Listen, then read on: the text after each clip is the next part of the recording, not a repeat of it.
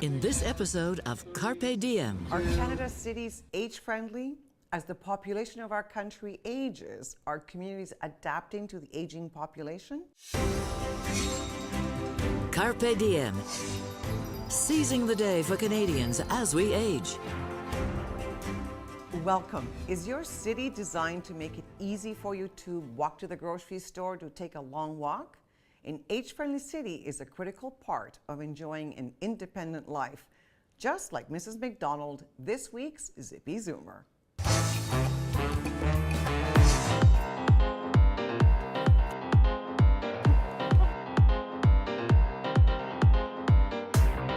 We are back with our Zippy Zoomer. She is almost 95 years old. She's hustling and bustling here in Vancouver, and her name is Mrs. McDonald, and I can barely keep up with you. We're going to Davie Street, Kins Market.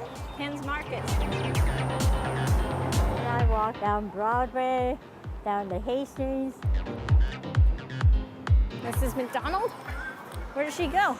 Oh, gotta catch up with her.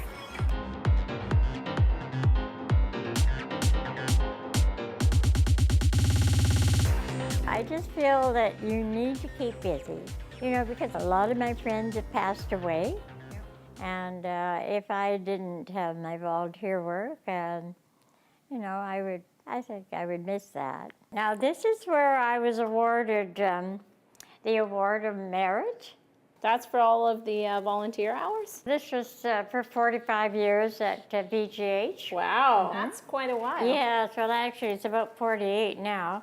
22 years at the Cancer Clinic. Okay. And about 18 at the VSO, Vancouver Symphony. I still have dinners for my family and cook dinners. And I bake for my sons and I bake for my grandchildren.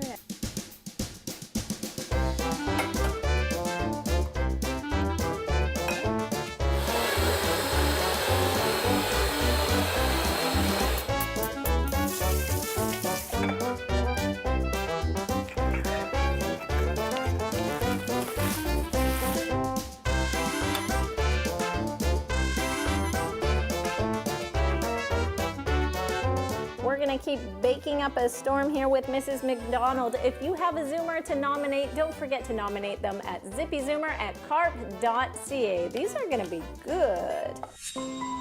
I know her, and she really does walk everywhere.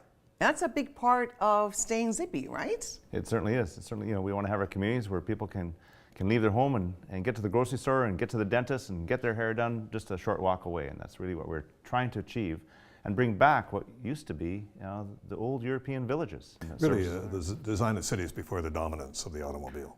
Yeah, like our old towns, yeah. Right, and Wanda, your membership, that's what they want. Absolutely critical for quality of life, but it's critical for quantity of life too. There's clear research that says if you can't walk 400 meters, you're at much greater risk of death. So congratulations to you for having a walkable city, and good on Miss McDonald over there. Right? That is fascinating. I've never heard that before. 400 meters. Yes. In urban planning, there's a rule of thumb that people are prepared to walk regardless of age. I'll go to Imperial, about half a mile. Maybe a little less. So it sounds like about the same. Interesting. Well, good. Well, speaking of walking, we're going to take a break, and after that, we're going to ask, are the streets safe to walk across? Coming up on Carpe Diem. It's currently at 0. 4 lanes of traffic and 2 streetcar tracks to cross in 16 or 18 seconds.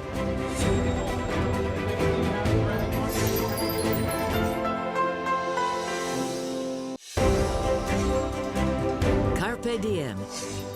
Seizing the day for Canadians as we age. In this segment, we're talking age-friendly cities. And Wanda, what do CARP members say? One of the sad things, Carmen, is that our members often blame themselves for their lack of mobility. They say, gee, I just can't anymore, make it to the store, I can't go for walks. And the tragedy is that they just can't do it without a break. They need a park bench, they need a public washroom, and unfortunately, in far too many places where our members live, those facilities aren't there. They are in Fort Langley? Well, in the area of Township of Langley, Fort Langley, it's certainly very walkable. It's an older community. It's probably one of the oldest communities that we have in British Columbia. It was the birthplace of BC, and there's a lot of, so it's the old village. It's the walking to town. We have other communities that were designed and built later in the 60s, 70s, and 80s that kind of went away from that concept and were more car-oriented. And now we're trying to go back to that with our newer planning and our newer developments to ensure that we have an age-friendly lens, that people can walk and have a place to rest and can walk on a safe sidewalk that's wide, allows for mobility, devices like scooters and that sort of thing. Well, speaking of walking, let's take a look at this, because we asked, are cities built and designed with Zoomers in mind? Something as simple as crossing the street can be an ordeal for some.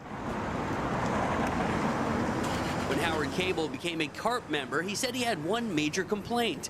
He can't make it across the street from his own downtown condo. Frustrated mainly because I can't make it. I need lights slower. The renowned conductor and composer says he doesn't feel safe even with help. So we've made our way here to Queens Quay and Bathurst here on Toronto's waterfront to check out the situation for ourselves. I'm headed across the street, going at a decent pace. How are you, sir? Look at this, guys. 2 seconds, and I finally made it across the street. Now, let's see how Howard does. Okay, let's go. I know you're not going to make it. And don't you worry, because it's all on film. It's currently at 0. It's at 0, and you've only made it halfway. Let's get you across the street. 4 lanes of traffic and 2 streetcar tracks to cross in 16 or 18 seconds for a man who is almost 93 years old. We're going to stay on top of this crossing issue with the city. In the meantime, if you have similar concerns, CARP would like to hear from you in order to help make all our cities more age-friendly. In Toronto's Liberty Village, I'm Darren Maharaj for Zed News. So he was only halfway across and the light changed. Give him an island. That's a good solution because it means that you can provide a safe place and adequate time to do the crossing without having to significantly reduce the amount of through time for vehicles, particularly transit. But yeah, here's the dilemma. You're always trying to do trading off when you're talking about designing the cities and transportation particularly. Think of it from the point of view of transit. They're measuring their system by reliability. That's what people always want. You add a few seconds to every crossing, you're going to lose a lot of time. You're going to have to, as a consequence, delay the service level, and that's going to be expensive. So at what point do you decide you're going to have to allocate more time for pedestrians at the expense of moving vehicles? And what's the permissible amount before you really begin to see delays in your system? Jack, what do you say to that? Well, our cities have been built around the automobile and in the past, and now we're trying to correct all those issues. So things like having curb bulges that come out so the crosswalk is shorter. When you have a major thoroughfare, it may be more difficult to have that sort of traffic calming and a shorter crosswalk, where we have to look at things like having the island where someone can rest. But definitely going from a car-oriented community to more pedestrian-friendly is something I think Canadian cities are struggling with. It's one thing. Yeah. I think there's ageism underlying a lot of the premises here. This idea that car traffic can't afford to wait for people to cross. I really take issue with that. We need to have a city design so that everyone of every age can feel free to go out and walk across their neighborhood. But there's also some good news. I think there's some technology that we can use to help adapt and mitigate perhaps some of the damage to car waits while making sure that older folks feel welcome crossing streets.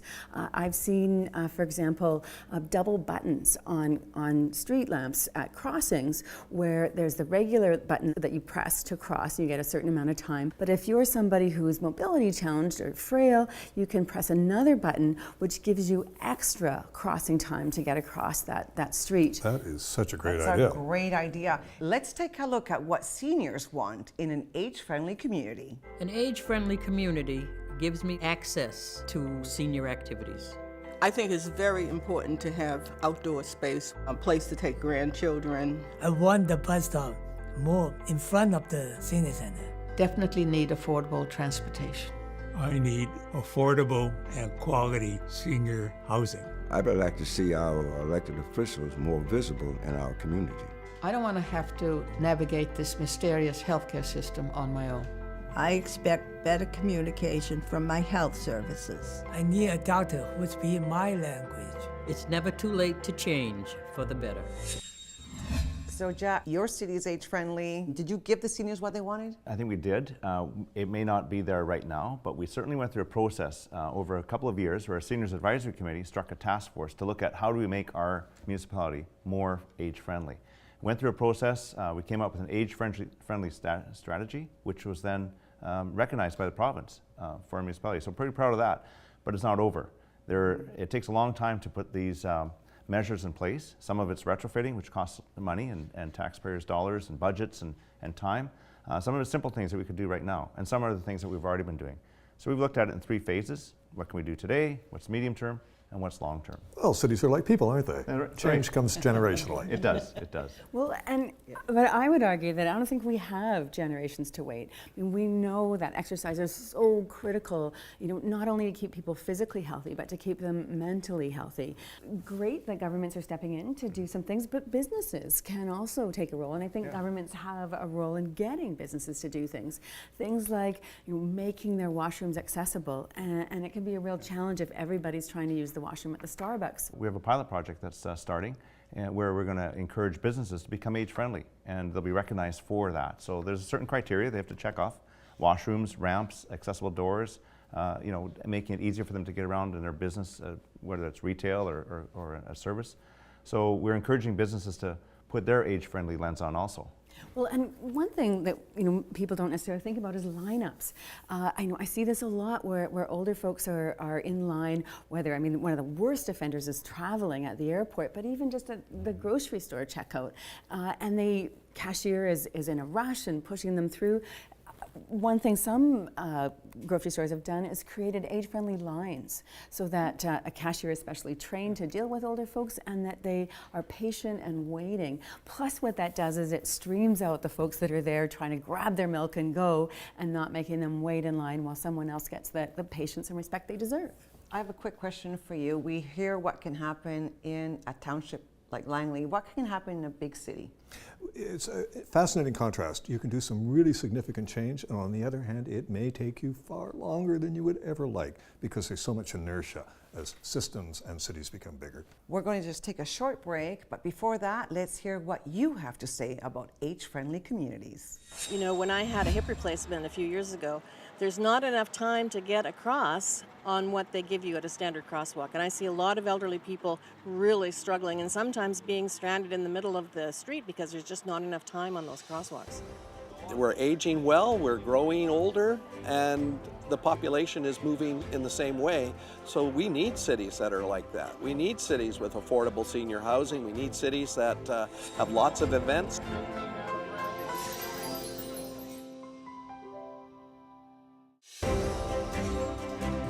Carpe Diem. Seizing the day for Canadians as we age. Welcome back. We're discussing age-friendly cities. How can we make our outdoor environment more enjoyable? The Township of Langley has an innovative strategy to help seniors stay healthy. I can feel my waistline again. Is this too hard? No, this is easy. This is really easy. You think you could do the whole circuit? I think so. An age-friendly world is one that helps people stay healthy and active even at their oldest ages. And this age-friendly equipment really fits squarely within that world. Toes push up. There you go. Oh, hey, I'm being elevated. Yes, you are. And now just slowly come on down. So you're working your chest and your back. Yes. And always make sure your abs stay nice and tight. Do you know what? Can I ask what makes this particular equipment age-friendly? It's very easy to use. There's traction support on the majority of the equipment.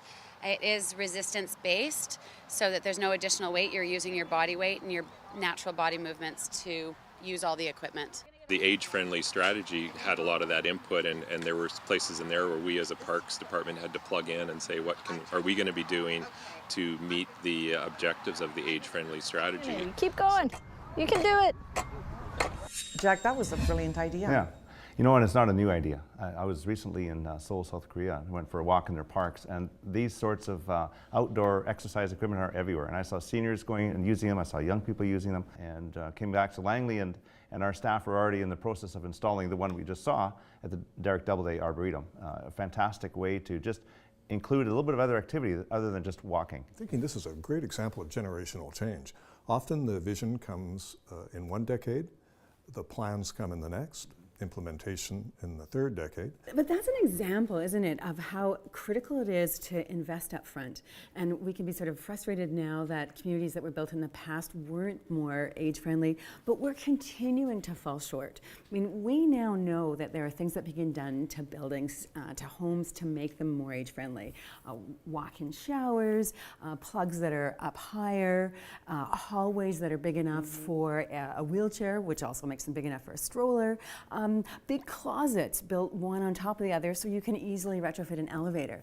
But we're not doing that now. Oh, money, absolutely. Affordability, resistance, reluctance to change, or the inability to do so within the constraints that you have, whether it's a city budget or what a developer would say is my target market who can't really afford beyond a certain level. So, Jack, why aren't you making every single developer put every one of those in every building? That would be great. We do have minimums. A lot of things are market driven. You see that the developers and the ones that are building homes and selling them, they want to sell those homes. So they see what the market looks for. For example, we've several developments where they've now are building these townhouses. We're master on the main floor. They're very accessible, and there's a huge uptake in that. And so, you know, the development community is addressing that. I know we can do more as a municipality to put in rules and add these things, and we're doing that. It just takes, again, it takes time, and there's some resistance, but some of these things aren't that expensive. Putting in a wider door, moving your plug outlets up a little bit higher are not hard to do. And what about if there's a consensus? Let's take a moment and meet the residents of Grand Isle, a community in northern BC that became age-friendly. It takes a village. Here in Grand Isle, being an age-friendly community means we're inclusive.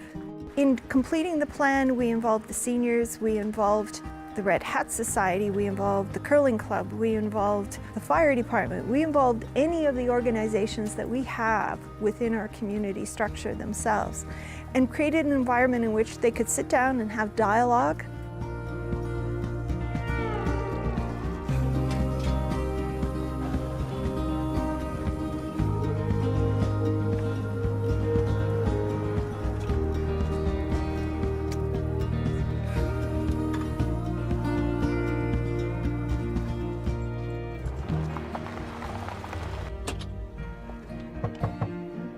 I'm on the village council, and I'm with the fire department for the last 9 years as a senior. Oh, definitely. I think socializing is one of the most important things that happen. The whole outlook of the community has changed. Cooperation is the secret. Cooperation from everyone. Grand Isle, a community of 300 can do it. Township of Langley, smaller community can do it.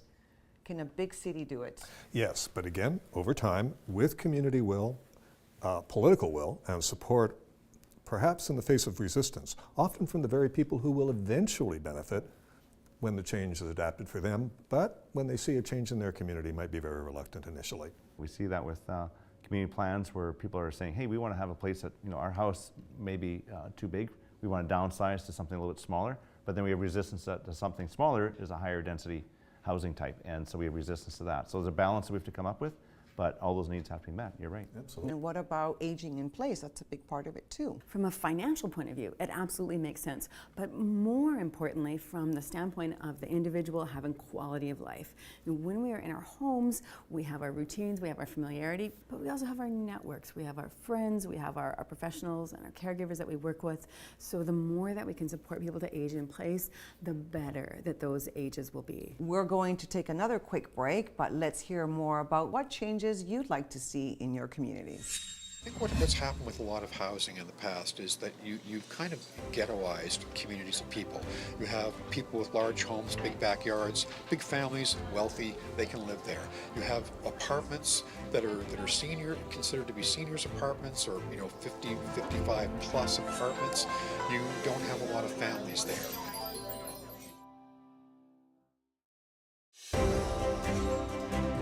Carpe Diem. Seizing the day for Canadians as we age. It's now time to go around the table for our panel's final thoughts on age-friendly cities. And Gordon, start with you. I think we now have a better vision and more willingness. Let's acknowledge here that Zoomers now, I think, know better about what their needs are and are more willing to entertain them in their communities in a way that they might have resisted in the past. That's going to make such a difference politically. We can learn and we can continue to improve, and I think that's what's really important for municipalities, for councils, for those in decision-making positions, to learn from others. And I really do thank CARP for all the help that they do. They provide us with a lot of input, and it shapes how we plan our communities. And I think what we need is a bit of a change at our city halls, our community halls, to recognize that our seniors and our older Canadians are just as important as people of other ages. We should make mandatory that no new development or community is built without being age-friendly, and we should allocate the budgets to go ahead and retrofit the communities that are built that aren't. Too many of our members, particularly those living in suburbs, they're fine when they're driving, and then they get to an age where they lose their license and it becomes a sentence of isolation, and we have too many folks who become socially isolated and alone, which is just as physically damaging as somebody who is struggling with morbid obesity or a chronic smoker. We have the ability to make all our cities age-friendly if we have the will. Wanda, as always, lovely to have you with us. And Gordon and Jack, will you come back and talk more about this? This is so fascinating. So thank you all for being here. And that's the show.